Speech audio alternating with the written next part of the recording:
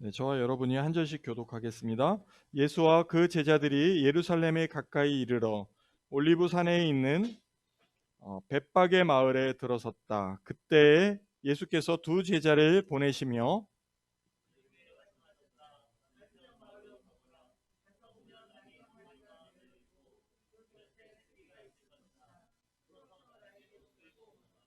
누가 너희에게 무슨 말을 하거든 주님께서 쓰려고 하십니다 하고 말하여라. 그리하면 곧 내어줄 것이다.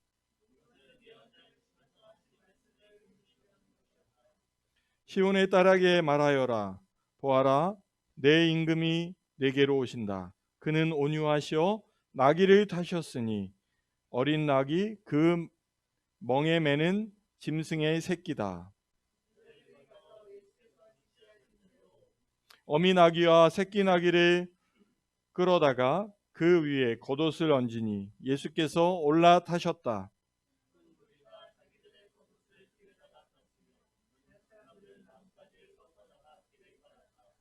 그리고 앞에 서서 가는 무리와 뒤따라오는 무리가 외쳤다. 호산나 다윗의 자손께 복되시다. 주님의 이름으로 오시는 분, 더없이 높으신 곳에서 호산나.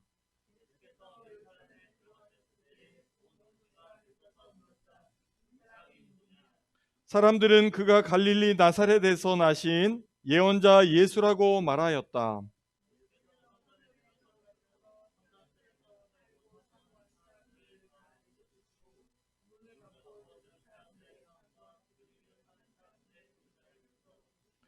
그들에게 말씀하셨다. 성경에 기록한 바 내 집은 기도하는 집이라고 불릴 것이다 하였다.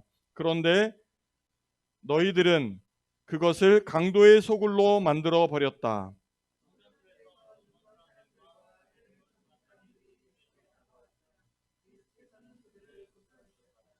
그러나 대제사장들과 율법 학자들은 예수께서 하신 여러 가지 놀라운 일과 또 성전들에서 다윗의 자손에게 호산나 하고 외치는 아이들을 보고 화가 나서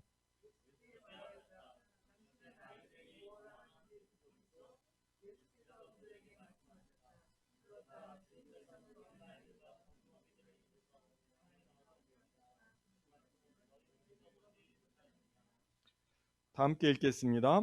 예수께서 그들을 남겨두고 성 밖으로 나가 베다니로 가셔서 거기에서 밤을 지내셨다. 아멘. 기도하겠습니다. 은샘교회에 탐방 온 사람들 중에 다음 주 안 온 사람이 없더라고요. 항상 탐방을 오면 그 다음 주 오게 되고 또 그 다음 주 지나면 교회 등록하고 항상 그러더라고요. 한번 보겠습니다. 그 전통이 깨지는지 이어지는지.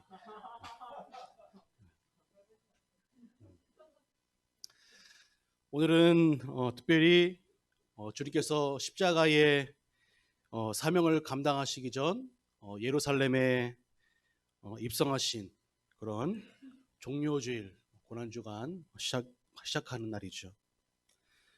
백성들은 종려나무 가지를 들고 흔들며 예수님께서 입성하실 때 호산나 호산나 주님을 부르며 찬양을 했습니다. 영광의 개선의 날이죠. 예수님께서는 지금까지 3년간의 공생의 사역을 하시면서 제자들이나 몇몇 사람들을 제외한 다른 사람들에게는 자신이 메시아인 것을 드러내지 않았다는 겁니다. 이는 십자가의 구속사역 이전에 천국 복음을 먼저 증거하면서 제자들을 훈련시킬 수 있는 그런 기간을 가졌다는 겁니다. 그런데 이제는 때가 되었다는 거죠. 예수님께서는 만민이 보는 가운데 예루살렘에 입성함으로써 자신이 친히 메시아이심을 그렇게 드러낸 사건이 오늘 읽은 말씀 중에 나오고 있습니다. 마태복음을 왕의 복음이라고도 이야기를 합니다. 마태복음을 시작하면서 마태는 예수님을 뭐라고 하냐면 유대인의 왕이라고 그렇게 말씀하고 있죠. 마태복음 2장 2절에 보면 동방 박사들이 이렇게 말을 하고 있습니다. 유대인의 왕으로 나신 이가 어디 계시냐? 우리가 동방에서 그 별을 보고 그에게 경배하러 왔노라. 이 말씀은 성탄절날 저희 가정이 외웠던 말씀입니다. 왜냐면 제가 외웠으니까 기억하는 거예요. 마태복음은 동방 박사들의 입을 통해서 예수님이 왕이심을 증거하고 있다는 거죠. 예수님을 보지 못한 그 동방의 박사들, 그 별을 보고 예수님이 왕이심을 보기 위하여 찾아왔다는 거죠. 그러나 예수님은 다른 세상의 왕들과는 다르게 구약에 예언된 대로 낙이 새끼를 타고 입성하셨습니다. 승리의 왕이신 동시에 평강의 왕으로 참 자유를 주시는 겸손의 왕으로 이 땅에 오셨다는 겁니다. 예수님은 철저하게 가장 낮은 밑바닥으로 또 섬기기 위하여 또한 종의 모습으로 또한 인자의 인생을 친히 사셨다는 사실입니다. 그러나 이제 때가 되었고 예수님께서는 자신을 왕으로서 나타내셨다는 겁니다.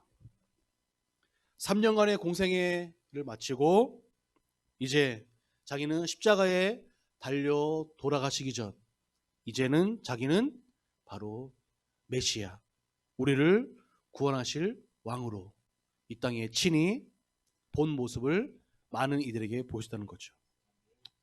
예수님은 우리를 구원하시기 위해 자신의 목숨까지도 희생하시기는 선한 목자이시지만 한편으론 모든 인류의 찬양과 경배를 받으시기에 합당하신 분이 바로 예수님이시라는 겁니다. 예수님의 왕되심과 우리의 주인 되심, 우리의 리더십이 되는 그 예수님을 배우는 또한 예수님을 알아가는 그런 귀한 시간 되기를 원합니다. 첫째로 예수님은 모든 만물의 주인이심을 우리는 고백해야 한다는 겁니다. 오늘 본문의 1절의 말씀을 보면 예수님과 제자들이 예루살렘에 가까이 이르러 올리브산에 올라갔다라고 말하고 있습니다. 올리브산, 갈람산을 얘기하고 있죠. 백바가에 들어섰습니다. 이때 예수님께서 두 제자를 보내시며 말씀하고 있죠. 너희는 맞은편 마을로 가라. 가서 보면 낙이 한 마리가 매여 있고 그 곁에 새끼가 있을 것이다. 풀어서 나에게 끌고 오라. 만일 누가 무슨 말을 하거든 뭐라고 했습니까? 주님께서 쓰시려고 하십니다라고 말하여라. 그리하면 곧 내어 줄 거다라고 예수님은 말하고 있죠. 여기서 우리는 예수님의 새로운 모습을 또 한 번 우리는 볼 수 있습니다. 예수님께서는 제자들을 보내면서 어디에 가면 무엇이 있다라고 예수님은 지시를 하십니다. 미리 다 말씀을 하시는 거죠. 제자들이 우왕좌왕 할까봐 예수님은 제자들에게 미리 말씀을 합니다. 예수님은 시 공간을 초월해서 어디에 무엇이 있는지 그곳에 있지 않고도 예수님은 알고 계셨다는 사실입니다. 우리는 한치 앞도 내일 일도 전혀 알 수 없는 우리는 그런 인생을 살고 있다는 거죠. 이 땅에서 잠깐의 인생을 마치고 언제 주님께 돌아갈지, 오는 것은 순서가 있는데 가는 것은 순서가 없는 것이 바로 우리의 인생이라는 사실입니다. 우리는 내일 벌어질 일도 알 수가 없다는 겁니다. 따뜻한 봄이 오려고 주말마다 비가 오고 있습니다. 우리나라에 한 대당 수천 대가 되는 슈퍼컴퓨터가 있죠. 날씨를 예측하고 또 날씨가 어느 날 비가 온다. 하지만 오보인 경우가 많은 것을 우리는 볼 수 있습니다. 이렇듯 우리 인생도 마찬가지라는 겁니다. 배가 뜰지 안 뜰지 우리는 알 수가 없다는 겁니다. 그날 날씨를 봐야 알 수 있다는 거죠. 그것이 우리의 인생과 마찬가지라는 겁니다. 모든 것이 주님 뜻 가운데 이루어지는 믿음을 더욱더 우리는 가져야 한다는 겁니다. 그러나 주님은 그 모든 것을 다 아신다는 사실입니다. 예수님은 제자들에게 맞은편 마을로 가라라고 이야기합니다. 그러면 매어있는 나귀와 나귀 새끼가 있으니 풀어서 끌고 오라는 것입니다. 그러면 나귀 주인이 그냥 보내줄 거라고 말씀하고 있다는 거죠. 그 당시 나귀는 오늘날 자동차와 같은 교통과 짐을 나르는 중요한 수단이었을 것입니다. 밑도 끝도 없이 그냥 풀어서 끌고 오면 나귀 주인이 그냥 보내준다는 겁니다. 바로 예수님께서는 나귀의 주인이라는 걸 말씀해주고 있다는 거죠. 예수님은 모든 만물의 주인이 되십니다. 요한복음 1장 3절에 이렇게 말씀하고 있습니다. 만물이 예수님으로 말미암아 지은 바 되었으니 지은 것 하나도 예수님 없이는 된 것이 없다라고 우리가 말씀하고 있습니다. 예수님은 세상 모든 만물의 창조주가 되시고 모든 우주 만물의 주인이 되신다는 사실입니다. 나귀와 나귀 새끼도 또한 바람도 바다도 여기저기 모여있는 생물들과 해와 달과 별들도 우리의 생명까지도 다 예수님께서는 통치하고 있다는 사실입니다. 그래서 주님은 능히 필요하실 때 자신이 필요한 것을 요구하실 수 있다는 거죠. 주가 쓰시겠다 하면 우리의 재산까지도 우리의 삶까지도 우리의 인생까지도 주님께 내어드린다는 사실이죠. 바로 산 증인이 바로 우리 앞에 있잖아요. 우리 인생에 대해서 주님께서는 소유권을 주장하실 수 있다는 겁니다. 우리의 삶도 우리의 헌신도 다 주님의 것임을 우리가 인정하고 고백해야 한다는 겁니다. 주님께서 이 모든 걸 허락해 주셨으니 나의 주인 되시는 주님께 감사의 예물을 올려드린다는 겁니다. 나의 삶의 헌신으로 주님께 올려드린다는 겁니다. 우리의 믿음을 고백하는 겁니다. 많은 사람들은 이렇게 오해할 수 있습니다. 내 인생이 내 것인데 왜 누가 뭐라고 합니까? 내 자식은 내 것인데 누가 내 자식에게 뭘 하겠습니까? 자신의 시간과 나의 물질과 나의 소중한 것들에 움켜쥐고 내가 원하는 대로 살고자 한다는 겁니다. 하지만 아무리 모든 것을 꽉 움켜쥔다 할지라도 언젠간 이것들을 놓아야 될 시간이 온다는 거죠. 결국엔 자식들도 내 품 안에서 떠나가게 될 수밖에 없다는 겁니다.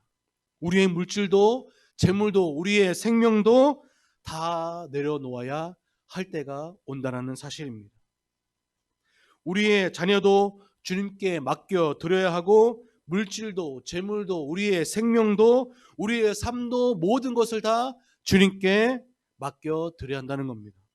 그게 나의 주인 되시는 주님을 인정하는 삶이고 가장 지혜롭고 슬기로운 삶이 될 것입니다. 우리는 그저 청지기의 사명으로 맡겨주신 바 주어진 직분에 주어진 사명에 성실하게 최선을 다하면 된다는 겁니다. 주님께서 요구하시는 그 사명을 우리는 묵묵히 감당하기만 하면 된다는 사실이죠. 그러면 주님께서 우리에게 가장 선한 길로 가장 중요한 길로, 가장 합당한 길로 우리를 인도해 주신다는 거죠. 내 평생 공들여서 쌓았던 것들을 하나님이 훅 한번 부시면 평생 모았던 것들이 한순간에 사라진다는 거죠. 하지만 하나님이 우리에게 부어주시면 창고에 가득 차고 은혜가 넘치는 축복의 은혜를 우리 가운데 부어진다는 사실이죠. 주님께서는 지혜를 주시면 이전까지 없었던 지혜로 세계적인 리더로 주님께서는 만들어 주신다는 사실입니다. 주님께서는 때를 따라 우리의 소산물이 무럭무럭 자랄 수 있도록 은혜를 베풀어 주신다는 겁니다. 하나님을 경외하며 1순위로 살아간다면 그 모든 복의 복을 우리에게 더해 주신다는 사실입니다. 왜냐하면 하나님과 동행하는 것 자체가 큰 복이기 때문입니다. 주님과 동행하고 주님과 친밀하게 연합되어 있는데 모든 만물에 거느리신 주님께서 가장 좋은 곳으로 우리에게 채워주시지 않겠냐는 사실입니다. 우리는 주님의 것입니다. 주님께서 쓰시겠다고 하면 주님께서 우리 인생을 내어 드리는 것입니다. 주님 앞에 쓰임받는 것이 가장 복되고 가장 영광스러운 일이라는 사실입니다. 성경에서 아브라함과 모세와 기드온과 다윗과 이사야, 예수님의 제자들 모두의 인생이 다 이렇게 하나님께 영광 돌리는 삶이었다는 사실이죠. 이들은 모두가 다 자신의 소중한 것을 주님께 내어드리고 헌신과 순종이 있었기에 그들의 삶은 하나님께 영광 돌리는 삶이었습니다. 아픔과 눈물도 있었지만 주님께서는 그 모든 사람을 하나님의 영광을 위하여 들어 사용해 줬다는 사실입니다. 오늘 말씀의 나귀 주인도 이러한 희생과 헌신이 있었습니다. 그러나 주님께서 쓰시는 것, 주님께 쓰임받는 것, 이게 얼마나 큰 축복인지 모른다는 겁니다. 주님께서 우리를 들어 쓰신다면 우리 인생의 최대의 복을 누린다는 겁니다. 주님께서 쓰시면 건강도 책임져 주신다는 겁니다. 물질도 책임져 주신다는 겁니다. 주님께서 쓰셔야 하는데 내가 궁핍하면 어떻게 하나님께서 우리를 들어 쓰시겠습니까? 주님께서 넉넉히 필요한 것들만 우리에게 채워 주신다는 겁니다. 주님의 부르심에 순종으로 나아갔을 때 우리 인생은 다 주님께서 책임져 주신다는 사실입니다.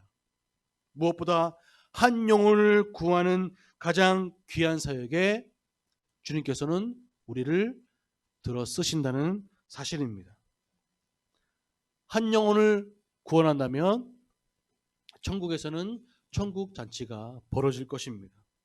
주님께서 가장 귀한 상급으로 우리에게 더욱 크게 갚아 주실 것입니다. 하나님은 또한 겸손한 자를 들어 쓰십니다. 사울은 이스라엘 백성 중에 가장 준수하고 키가 훤칠하고 가장 으뜸이 되었던 자라고 말을 하고 있습니다. 그가 겸손하게 하나님께 순종했을 때 하나님은 들어 쓰셨지만 그가 교만하였을 때 하나님은 그를 내쳤다는 겁니다. 이렇듯 하나님이 택하심을 받은 사람은 하나님께 거룩한 일꾼이 되어야 하고 끝까지 하나님께 순종하며 나갈 때 하나님은 그 영광을 받아주신다는 사실입니다. 한 마리의 새끼 나귀도 이렇게 주님께 귀하게 쓰임받는데 하물며 하나님의 사랑을 한 몸에 받는 우리는 어떻게 했습니까? 하나님께서는 우리를 하나님의 영광의 일꾼으로 들어 쓰시길 간절히 원하신다는 사실입니다. 이 마지막 시대 가운데 하나님의 큰 일들을 감당하는 축복된 귀한 자녀가 되는 우리 성도가 되기를 축원합니다. 또한 두 번째로 예수님은 우리 모든 인생들의 찬양받기 합당하신 왕이 되십니다. 오늘 본문 4절 5절에 이렇게 말씀하고 있습니다. 이것은 예언자를 시켜서 하신 말씀을 이루시려는 것이다. 시온의 딸에게 말하여라. 보아라, 내 임금이 내게로 오신다. 그는 온유하시어 나귀를 타셨으니 어린 나귀 곧 멍에 매는 짐승의 새끼다. 예수님께서는 오는 본문 말씀을 통해서 겸손의 왕으로 오신 것을 우리에게 보여주고 있습니다. 세상에서는 왕이 입성할 때 화려한 볼거리가 펼쳐지는 것을 볼 수 있죠. 화려한 백마를 타고 근위병을 거느리고 웅장하게 위험 있게 입성을 한다는 거죠. 우리나라도 대통령이 한번 어딘가에 움직이면 수많은 경찰 병력과 경호원들이 동원되는 것을 볼 수 있죠. 한번 지나가기 위해 레드카펫을 까는 것을 볼 수 있습니다. 세상에서는 이렇게 화려하고 웅장하게 모든 것을 다 동원해서 지도자의 위엄을 드러내고 있다는 거죠. 하지만 우리의 진정한 왕이신 예수님은 나귀 새끼를 타고 오셨다는 겁니다. 나귀 안장도 없이 제자들이 걸치고 있던 겉옷을 나귀 위에 얹었다는 거죠. 웅장하고 화려한 카펫 대신 수많은 백성들이 깔아준 겉옷과 종려 나무 가지를 융단으로 삼아 행진했다는 사실입니다. 예수님께서는 왜 이렇게 수수한 모습으로 입성하신 걸까요? 오늘 5절에 보니까 온유하신, 바로 예수님께서 겸손하셨기 때문입니다. 예수님은 지금 백성들을 위해 군림하기 위해 입성하신 것이 아니라는 사실이죠. 우리의 죄와 사망의 권세로부터 해방시켜주기 위해 친히 오셨다는 사실입니다. 십자가 위에 자신을 온전히 대성물로 내어주시기 위해 입성하셨다는 사실입니다. 예수님의 입성은 세상의 왕들과 다르다는 사실입니다. 예수님은 바로 겸손의 왕으로, 또한 섬김의 왕으로, 희생의 주님으로 이 땅에 친히 오셨다는 것입니다. 백성들은 앞에 가고 뒤에서 따라갔습니다. 그들은 소리질러 호산나 다윗의 자손이여 찬송하리로다. 주의 이름으로 오시는 이여 가장 높은 곳에서 호산나라고 찬양했습니다.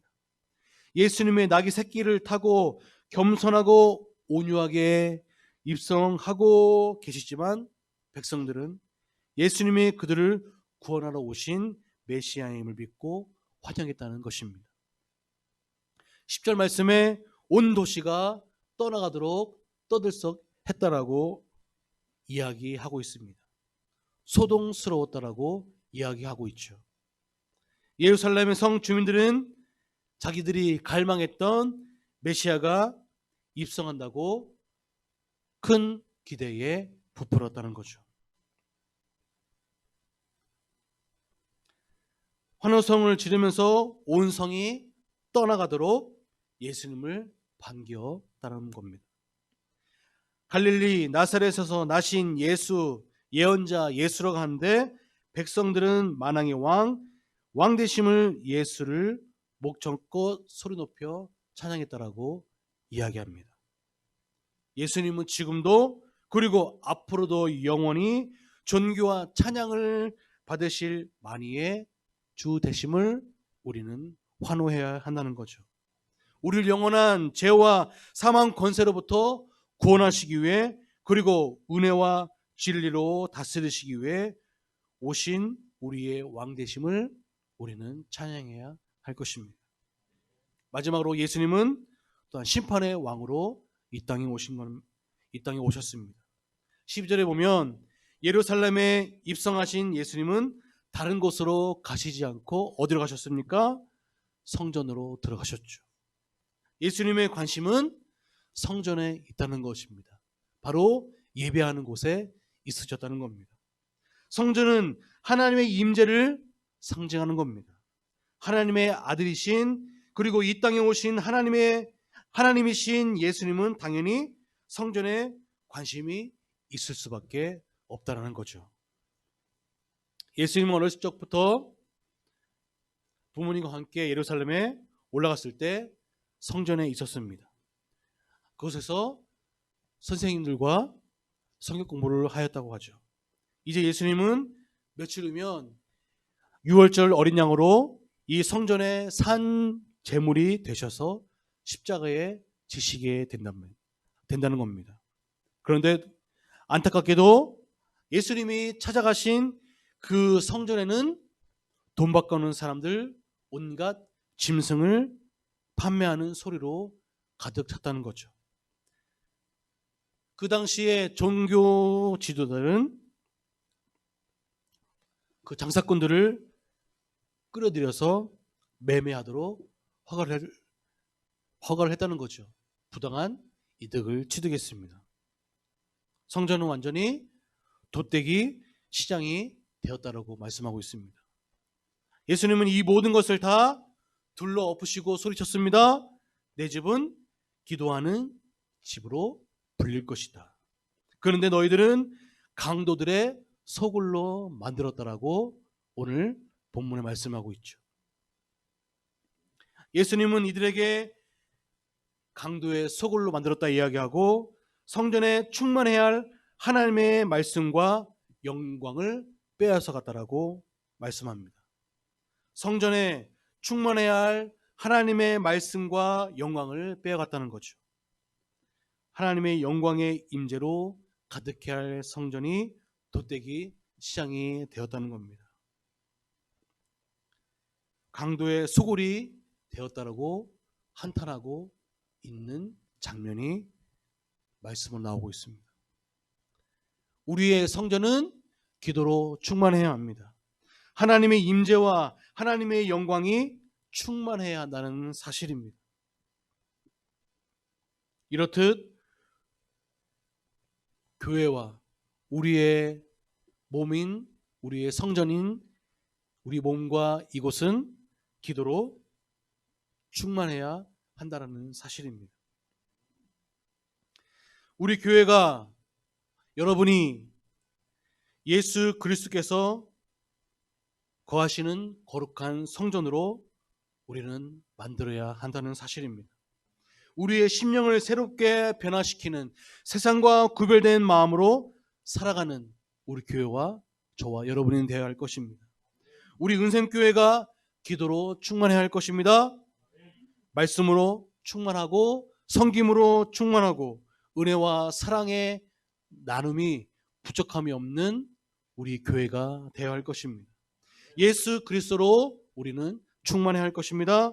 하나님의 영광과 임재가 임하는 우리 교회와 저와 여러분이 되어야 할 것입니다. 만물을 충만케 하시는 이의 충만을 따라 가득 채워지는 저와 여러분이 되어야 할 것입니다. 이 땅에 오신 예수 그리스도를 묵상하고 한 주간을 보내는 귀한 고난주간이 되기를 소망합니다. 예수께서 이 땅에 오신 이유가 바로 우리를 구원하기 위하여 온 사실을 우리는 기억해야 할 것입니다. 우리의 거룩한 성전인 나의 몸과 우리 교회가 늘 기도함에 끊임이 없는, 섬김과 나눔이 부족함이 없는 교회가 되길, 우리가 모두가 되길 주님의 이름으로 축원합니다.